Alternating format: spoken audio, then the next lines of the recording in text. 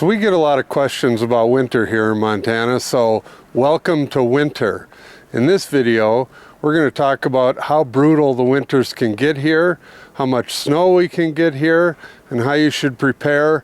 And we'll also go check out some websites that I like to use to look around Montana and give you an update on what the weather's going to be like, what the roads are going to be like, and everything you should know if you're going to venture out during this time of year. So let's go take a look.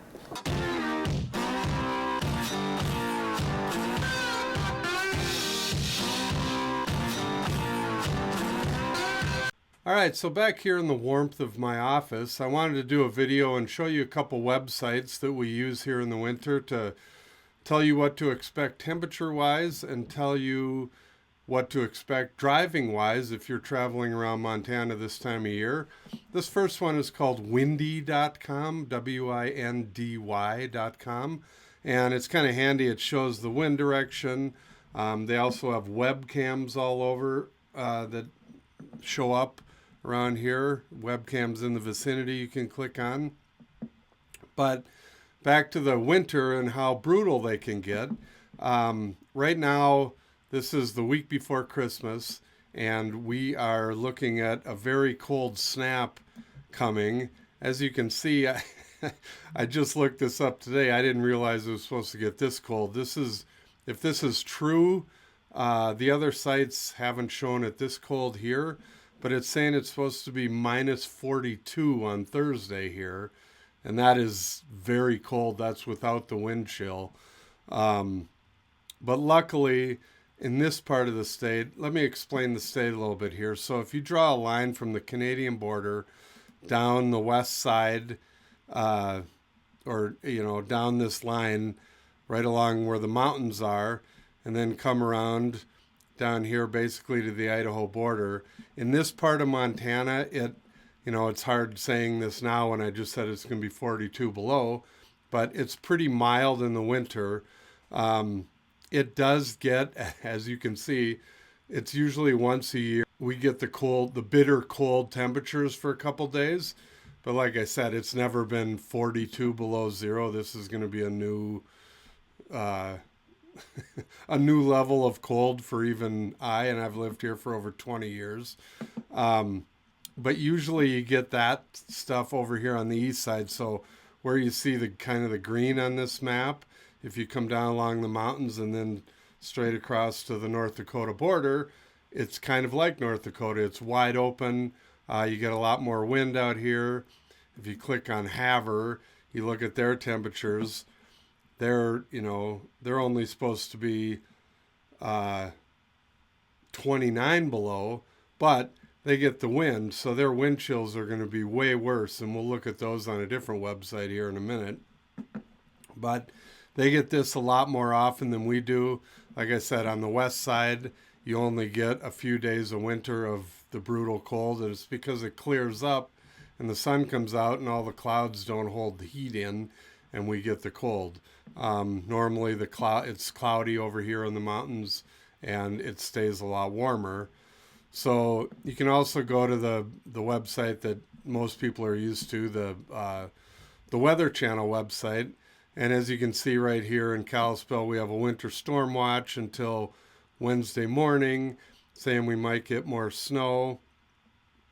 But then if you go over to Havre, where we just clicked on that other site, you'll see because of the wind, they have a wind chill warning, and it's supposed to be as low as 55 below zero wind chill. And I know some of you people that watch our videos come from places where you think that 55 above zero is cold. Well, this is 110 degrees colder than that. So try and fathom that. So if you want to get up here real quick and get to Havre on Thursday, you can experience 55 below zero and just see how cold that is. And I can say, after being in Minnesota as a kid, that's very cold wind chills. So another site that's kind of fun to look at is the Montana Department of Transportation website. And on this site, it shows you all the webcams on the roads around Montana. and it's kind of cool, you know, to look at what's going on around the different parts of the state.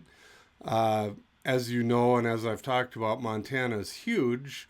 So, you know, some parts of the state are sunny and beautiful right now.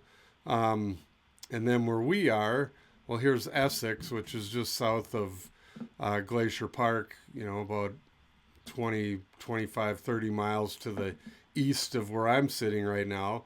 It's socked in and cloudy, and, you know, the roads are snow covered. So again, something to think about with snow tires up here. You want good tires to drive on roads like that.